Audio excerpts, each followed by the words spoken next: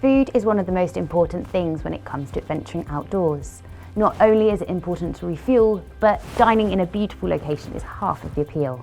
This video looks at the pros and cons of different types of food, as well as your options when it comes to cooking. There's nothing quite like filling your bag with snacks and sweets when you're heading out on a long hike.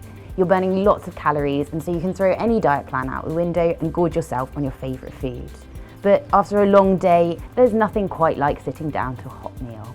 There are lots of different kits you can get for alfresco cooking. I like to go for a 2-pot set, so you keep one for boiling water and one for food. There are also lots of different types of stove. This, for example, is a multi-fuel liquid stove, and it's great if you're travelling in remote areas.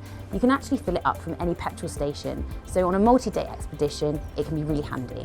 The downside is it can be a bit of a faff.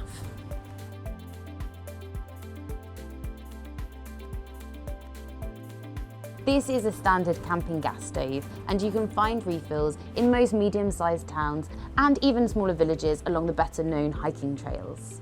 You could always call ahead and plan to restock along the route if needs be. They're really straightforward, so ideal for beginners.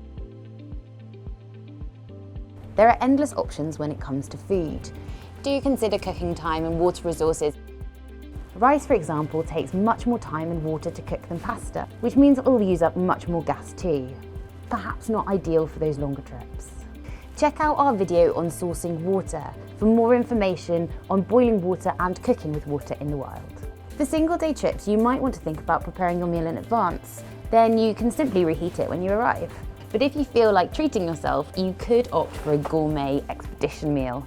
The fine dining experience means all you have to do is add water. The downside is they can be a little bit hit and miss, but I am looking forward to my nettle curry tonight.